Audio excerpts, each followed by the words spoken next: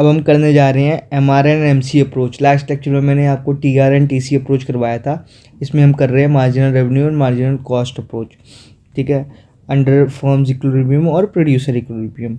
So let's begin. शुरू करने से पहले I would like to tell you that please like share and subscribe my channel if you like this video, right. And इसके बाद मैं फिर माइक्रो के बाद मैक्रो या इंडियन इकोनॉमी है ना, फिर स्टैटिस्टिक्स और भी लेक्चर हम अपलोड करते रहेंगे धीरे धीरे, right. So let's begin with it.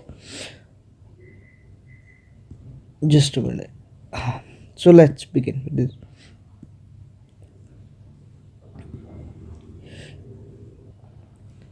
Equilibrium is a point of rest for the firm, implying the state of maximization of profit or minimization of loss. Equilibrium एक वो पॉइंट होता है रेस्ट का जहाँ पे फर्म्स अपने प्रॉफिट को maximise करने की कोशिश करती हैं या लॉसेस को मिनिमाइज करने की कोशिश करती हैं, ठीक है। कोशिश क्या करती होता ही है इस पर, या तो प्रॉफिट बहुत ज़्यादा होता है या जो लॉसेस होता है वो बहुत कम हो जाते हैं आपके। Firm is in equilibrium when it's satisfied with its existing amount. Firm equilibrium में तब रहता है जब अपने एग्जिस्टिंग अमाउंट को, जो एग्जिस्टिंग स्टॉक है उसको कंप्लीट कर देती है फर्म, या उसको सेल कर देती है कह लीजिए, ठीक है, ठीक है। उसके बाद है a firm is in equilibrium has no tendency either to increase और डिक्रीज आउटपुट।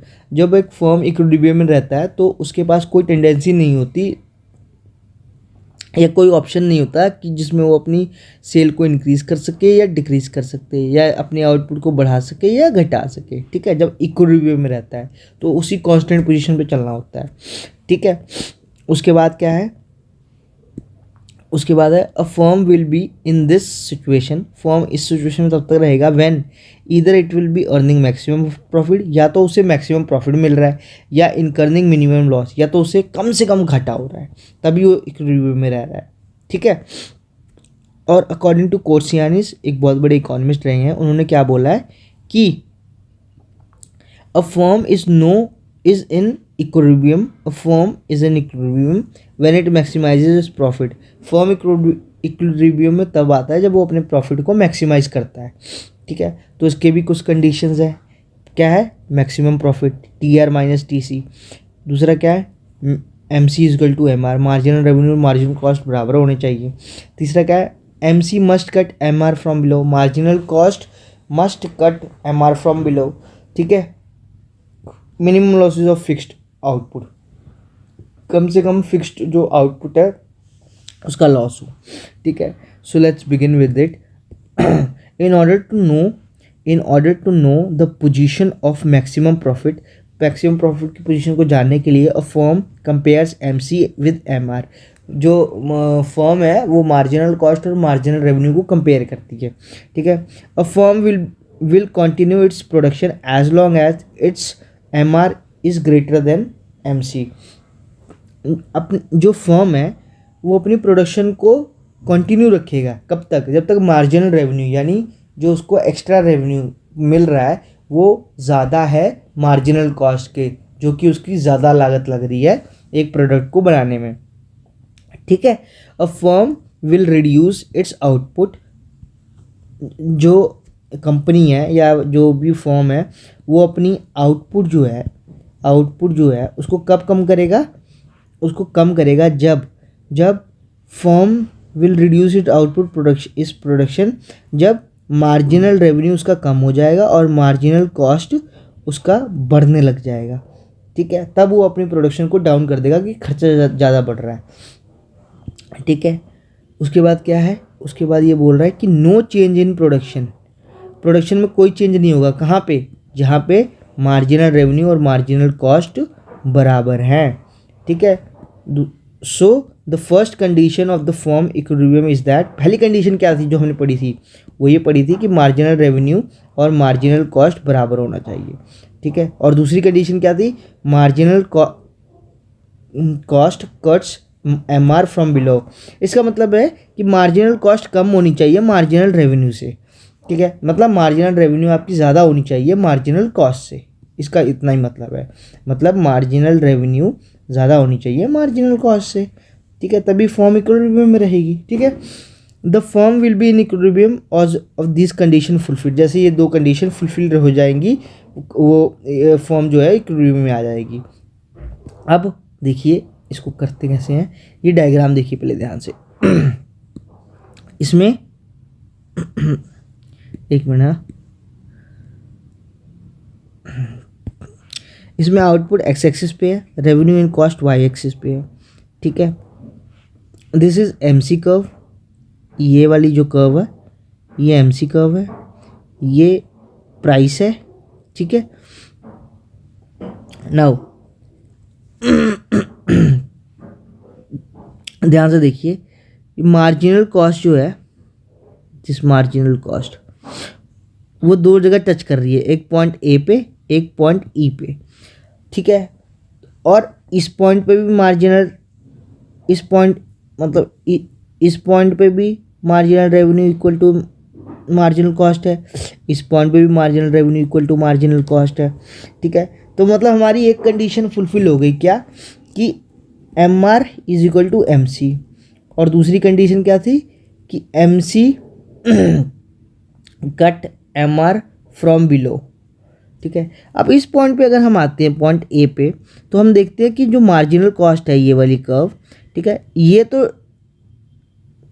तो अबव है किसके, एम आर कॉस्ट के, this is M R all. आपको पता ही था परफेक्ट कंपटीशन में A R is equal to M R, ठीक है, इज इक्वल टू प्राइस, तो price is equal to this is equal to M R. So ये तो अबव है एम आर के, तो यहाँ तो कंडीशन फुलफिल नहीं हो पा रही, मगर यहाँ जैसे जैसे हम आगे बढ़ते हैं हम देखते हैं कि जो एम सी कर्व है वो कट कर रही है एम आर कर्व को फ्रॉम बिलो, मतलब इस पॉइंट पे, तो इस पॉइंट पे हमारा क्या हो गया, इक्विलिब्रियम, ठीक है। अब इसके स्टेटमेंट को पढ़ते हैं। Observation, P P is equal to A R is equal to M R, ये हमने पढ़ा था परफेक्ट कंपटीशन में। ये जो हम कर रहे हैं ये परफेक्ट कंपटीशन का है, मगर आपको क्या कहते हैं क्वेश्चन पेपर में तो ऐसे ही आता है कि please tell us the describe the producer equilibrium in terms of M R and M C approach और in terms of T R and T C approach, ठीक है। So P P is equal to A R is equal to M R, price is equal to average revenue is equal to marginal revenue, ठीक है। M C cuts P P, M C जो marginal cost है वो cut करता है P P को eight 2 point, 2 point पे cut करता है ए एंड ई, जैसा कि हमने देखा था उसमें, है ना, ये डायग्राम था ना ऐसे, ये ऐसे था, ठीक है। तो 2 पॉइंट पे कट कर रहा है ना, एक तो यहाँ करता है और एक यहाँ करता है, इस पॉइंट पे और इस पॉइंट पे कर रहा है, ठीक है। तो point A, the firm produces O one units of output, अब इस पॉइंट पे O one units of output produce हो रहा है।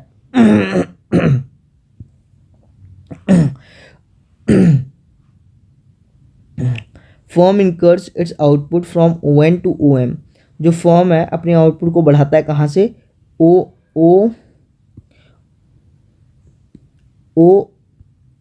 एन से ओ एम तक, ठीक है, यहाँ तक बढ़ाता है, ठीक है।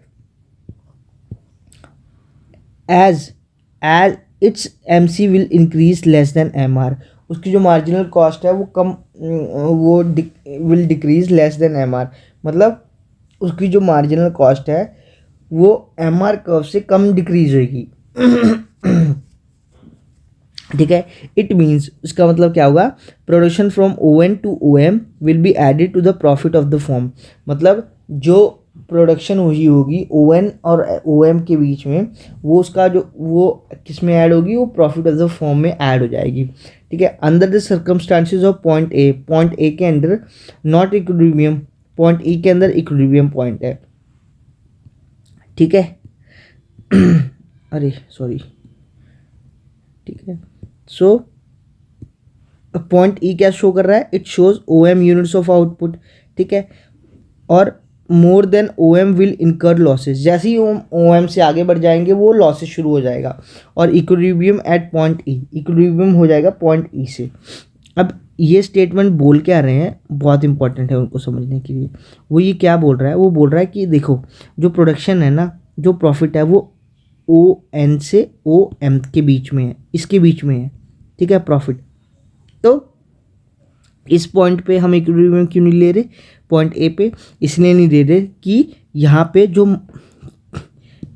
जो मार्जिनल कॉस्ट है वो ज़्यादा है मार्जिनल रेवेन्यू से, ठीक है, ठीक है, और मार्जिनल कॉस्ट मार्जिनल रेवेन्यू से ज़्यादा है, ठीक है। तो सॉरी, जो डिक्रीज इन मार्जिनल कॉस्ट है, जो डिक्रीज इन मार्जिनल कॉस्ट है, ठीक है, वो कम है, और डिक्रीज इन मार्जिनल रेवेन्यू ज़्यादा है। क्यों?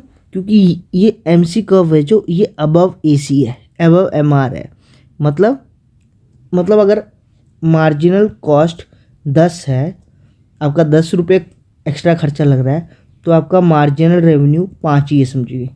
मतलब यहाँ आपको घाटा हो रहा है ना, ठीक है, तो मतलब आपको 5 रुपये का नुकसान हो रहा है। और इस पॉइंट पे, पॉइंट ई पे क्या है कि मार्जिनल कॉस्ट यहाँ 10 का है, तो मार्जिनल रेवेन्यू यहाँ 20 का हो गया, ठीक है, इस पॉइंट पे, ई वाले पॉइंट पे, ठीक है। तो इस पॉइंट पे इक्विलिब्रियम सेट होगा, ना कि इस पॉइंट ए वाले पे, ठीक है। अब मैं इसके बाद आपको एक बुक वाला भी करवा देता हूँ ताकि आपको थोड़ी और क्लैरिटी हो जाए। Using marginal revenue and marginal cost approach, when a firms change price, when a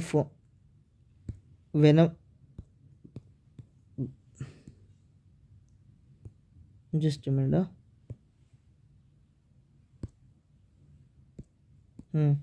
when a firm change price with rise in output, MR curve slopes downward। जब फर्म अपनी प्राइस चेंज करता है या price fall करता है with rise in output rise कर, तो marginal curve slopes downward. क्यों? क्योंकि प्रॉफिट कम हो जाता है। Producer targets to produce that level of output which earns his maximum profit. Producer उस चीज़ को टारगेट करता है जहाँ पे उसको वो मैक्सिमम प्रॉफिट जनरेट कर सके, ठीक है।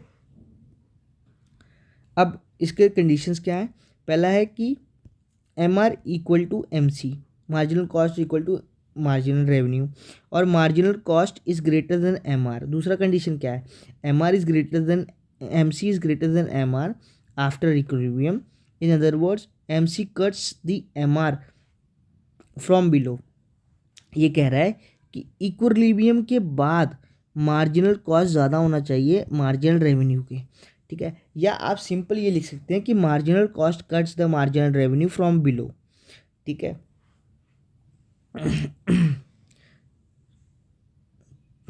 ठीक है, from below. So just look at this table, marginal revenue, marginal cost, ठीक है, 10, 8, 6, 4, 2, 0, 2, ठीक है, 3, 2, 3, 4, 5, 6, 7। अब देखिए पहला हमारा कंडीशन क्या था? MC is equal to MR, MC is equal to MR, 4 पे 4, ठीक है, इक्वल हो गए, 4 इज इक्वल टू 4। और दूसरा कंडीशन क्या है कि MC marginal cost must be rising after equilibrium, या फिर और MC cut MR from below, ठीक है। ये दो कंडीशन थे। पहला कंडीशन तो मीट कर दिया। दूसरा कंडीशन क्या है कि marginal cost cut MR from below, या फिर मार्जिनल कॉस्ट इंक्रीज होना चाहिए इक्विलिब्रियम के बाद। यहाँ पे इक्विलिब्रियम आ गया, इसके बाद इंक्रीज होना चाहिए, तो 4 से 5 हो गया, इंक्रीज हो गया ना, दो कंडीशन सेटिस्फाई हो गई। तो इस पॉइंट पे दिस इज इक्विलिब्रियम पोजीशन, ठीक है। अब हम देखते हैं इसका डायग्राम। अब ये देखिए,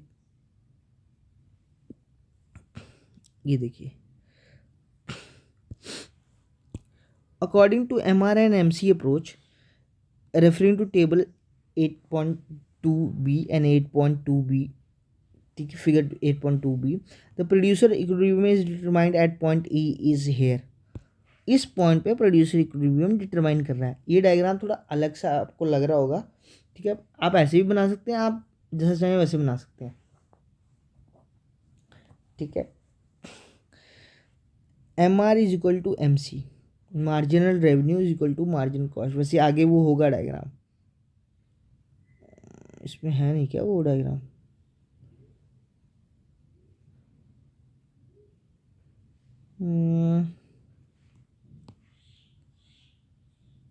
नहीं कोई नहीं, देख लेंगे, आगे देख लेंगे।